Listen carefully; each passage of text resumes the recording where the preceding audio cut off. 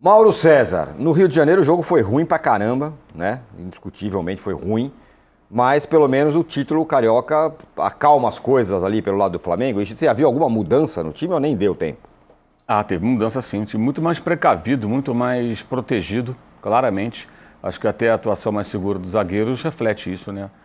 Não foi um time tão preocupado em marcar lá em cima, mesmo o Fluminense recuando muito. O Flamengo teve uma postura diferente, que eu acho que vai ser assim. Acho que vai ser um time mais prevenido defensivamente. Os zagueiros, os volantes vão ser, digamos assim, beneficiados de alguma maneira. Porque a forma como o Flamengo jogava com o Felipe Luiz é muito mais ousada, né? Você planta todo mundo quase no campo de ataque, os jogadores jogam no meio campo, tem que correr para trás o tempo todo, fazer coberturas longas é mais difícil. Então, isso deu para perceber. Acho que isso atrapalhou muito o Fluminense, né, que queria jogar em transição, jogar num erro do Flamengo, não deu muito essa possibilidade. Acho que isso colaborou para o jogo ser muito ruim, né? Foi talvez o pior Fla-Flu em anos. Fiquei tentando puxar pela memória o Fla-Flu. Geralmente o Fla-Flu é bom, os jogos costumam ser bons, mas foi muito ruim, muito ruim. Não me lembro de um Fla-Flu tão ruim. Também um pouco dessa coisa final única, né? O medo de perder, você não ter uma segunda chance de um jogo de volta, tudo se resolve ali. Você entra no segundo tempo, você toma um gol no jogo desse, a chance de empatar é pequena, é só circunstancialmente vai chegar no gol, porque fica aquela coisa, não estou justificando não, só estou tentando traduzir o que eu vi. Um jogo muito ruim. E acho que o Fluminense perdeu uma oportunidade muito boa, né? Faltou um pouco de ousadia ao Zubeldia, porque de fato o Flamengo trocando de técnico, o técnico chegou agora, jogadores se manifestando a favor do ex-técnico no final, o caso do Léo Ortiz, a torcida gritou o nome do ex-técnico, o ambiente não é bom para o Flamengo, claro que não era bom.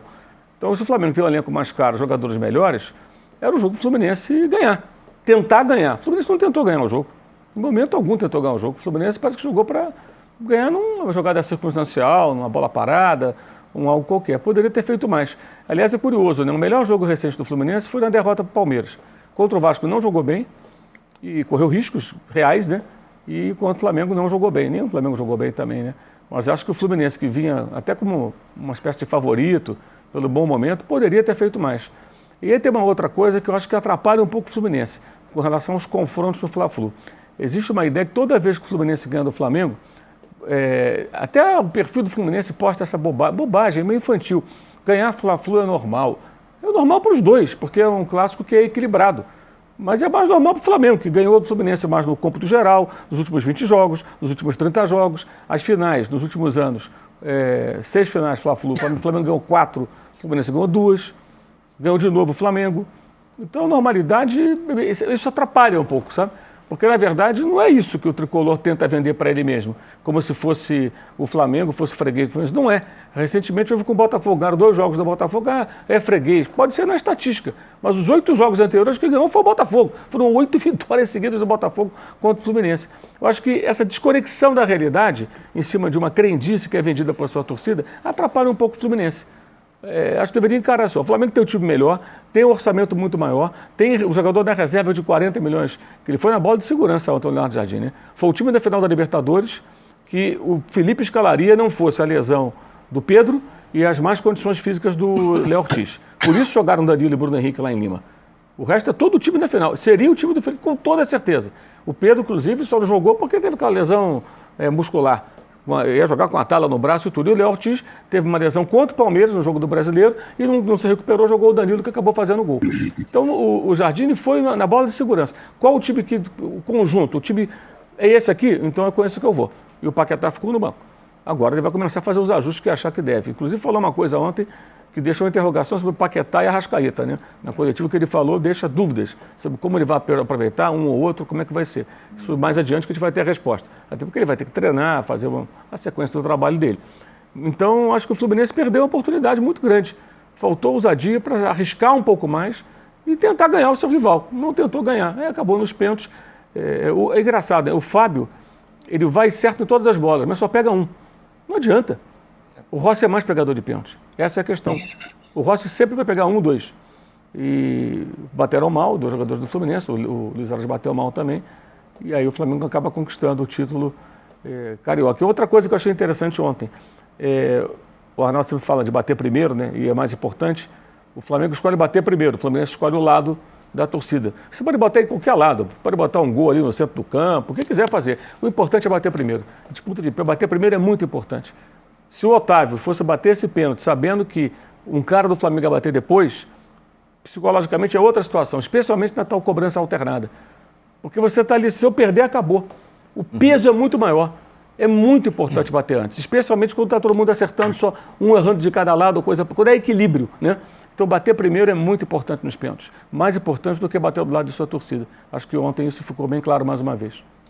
E aí, o Arnaldo, no final, o próprio Leonardo Jardim agradeceu ao Felipe Luiz, falou que é o time dele, como disse o Mauro e tal, todo mundo falando do Felipe Luiz, o BAP falou, não quero falar do Felipe Luiz, quero falar do tricampeonato, mas o fato é que a vitória dá uma acalmada desse lado. Agora, do outro lado do Fluminense, como disse o Mauro, se não vai ganhar com o Flamengo desse jeito, vai ganhar quando? Assim, né, o Fluminense é um time organizado, é um time, mas o nível de acabamento do Fluminense é um nível que não chega nem pro. O melhor jogador do Fluminense estava jogando pelo Palmeiras, né? O Arias, que era o melhor jogador até um certo tempo. O Thiago Silva saiu. Do meio de campo para frente, o Fluminense conseguiu reabilitar o João Kennedy, ainda bem, porque é um jogador que tem alguns recursos, mas... O Acosta estava bem. Ontem não jogou nada. Mas vai comparar o Acosta com o Arrascaeta ou o Paquetá? Sim. É uma coisa, quase dois mundos completamente diferentes. Né?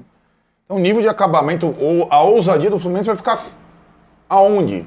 O banco do Fluminense era o Ganso e o Savarino, só.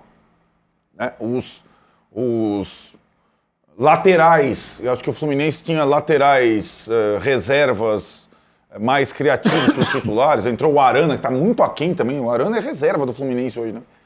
Eu acho que o Fluminense é um time organizado e ponto. Não por acaso está investindo pra caramba. 3 jogadores foram contratados agora para o centroavante do Lanús, por exemplo, para o restante da temporada, porque é um time limitado, super limitado, tecnicamente falando. Né? Então, eu acho que não esperava grande coisa do Fluminense. Eu espero sempre do Fluminense um time bem organizado. Né? Mais do que isso, não espero pelo nível técnico que ele tem. E acho que o Flamengo não ganhou do Fluminense se impondo, ganhou nos pênaltis, 2 pênaltis perdidos, outro pênalti perdido. Então foi muito igual. Se o Fluminense vencesse nos pênaltis, não era por isso, é o Fluminense... Né? Então, mas, para quem ganha, é sempre melhor. Né? Então, para o Leonardo Jardim, que estava abraçado ao Boto e ao BAP lá no... Foi bom. Primeiro jogo, uma taça, concordo plenamente com a análise do Mauro, acho que ele procurou ser o mais Felipe Luiz possível, com o adendo da preocupação defensiva. Até as mudanças foram meio Felipe Luiz, né? Quando ele coloca o Plata no lugar do Pedro, os caras, opa, que isso? Né?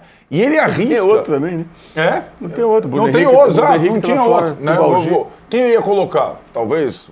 colocasse lá o Paquetá mais pra frente, falso 9 e tal. Ele até fala que o Plata, na cabeça dele depois do jogo, que o Plata é um jogador de lado e não de... né? Exatamente, e não de ataque. E ele também arrisca, é curioso como é que é a coisa do vencedor, né? Quando ele tira o Arrascaeta, faltando poucos minutos para colocar o Luiz Araújo, você pensa, mas está indo para os pênaltis, o Arrascaeta é um dos principais cobradores. Quem perde o pênalti? Luiz Araújo. Se dá errado... Se ganha o Fluminense nos pênaltis. Ô, professor, você tirou a Arrascaeta e botou o Luiz Araújo na hora de bater pênalti? Porque o Zubeldia colocou o Ganso para bater pênalti, por exemplo. Foi ele que abriu a cobrança para o Fluminense, né, o Ganso. Então, acho que foi muito nivelado, mas acho que aí essa equiparidade ela acaba aí, no estadual. Acho que a tendência agora é o Flamengo crescer, subir de produção. É bem interessante a gente notar que já na quarta a gente tem um Flamengo e Cruzeiro, né, com todas as picardias aí, a declaração do Pedrinho BH sobre o Leonardo Jardim depois do jogo de Minas, depois da pancadaria, foi bem assim, confrontante, né, falando que o Leonardo Jardim, no final das contas, levou ele na conversa, né, não sei o que, tira a multa do contrato que eu não vou ser mais técnico, você não sei o que lá, você... Dias depois ele está no Flamengo, dá a impressão que a coisa já vinha sendo conversada e agora eles vão se cruzar no Campeonato Brasileiro, que é o principal objetivo dos dois. Né?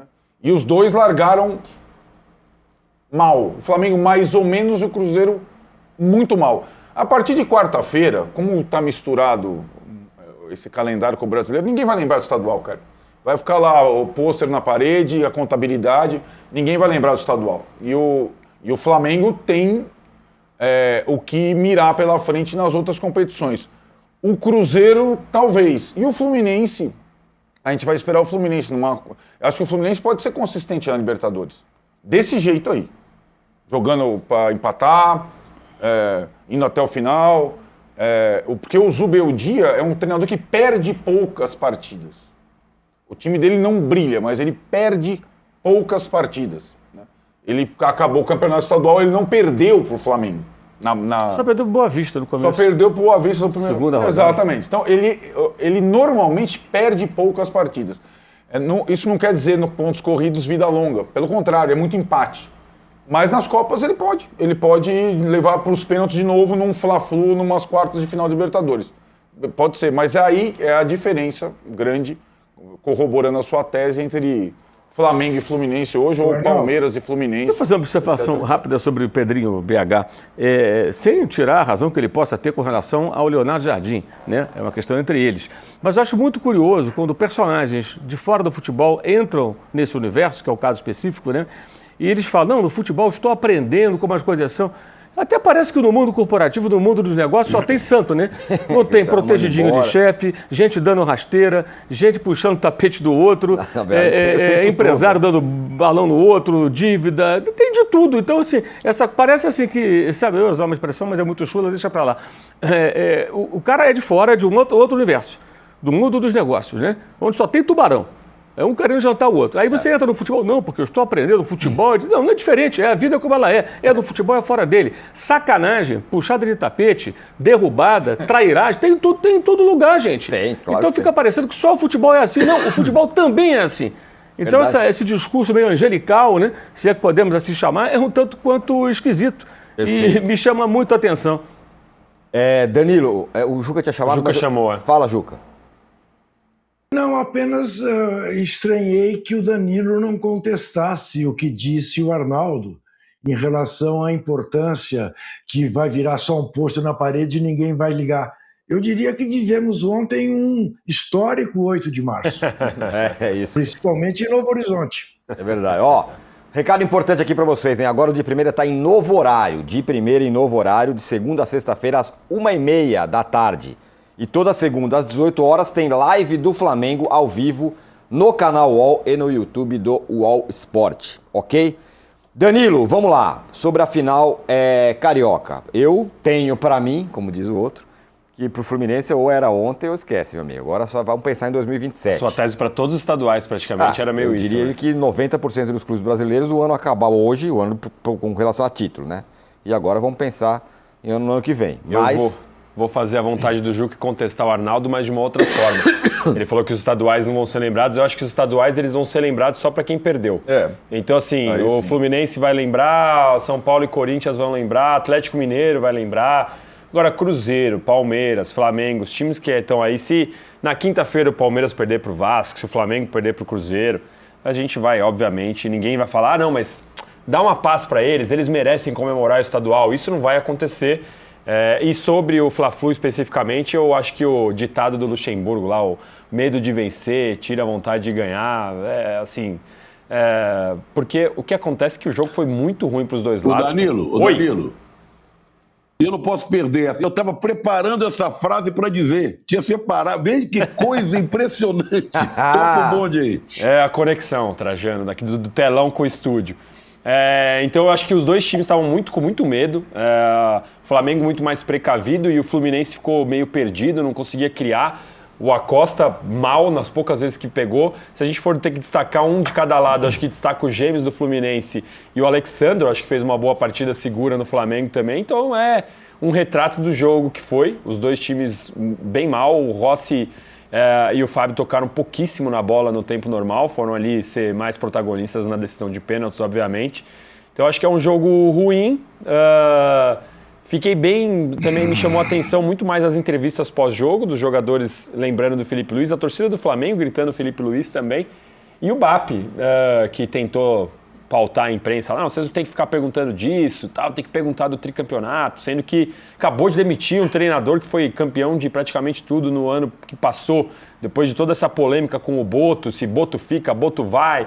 Então eu acho que o pós-jogo do Fla-Flu me chamou mais atenção do que o jogo com a bola rolando, porque o jogo foi muito, muito ruim. Como eu disse no meu destaque, acho que poucos jogos desse fim de semana foram bons, talvez o Grenal tenha sido o melhorzinho, mas bola por bola, esse final de semana ficou bastante a desejar, acho que muito pelo medo dos times da derrota, Tironi. O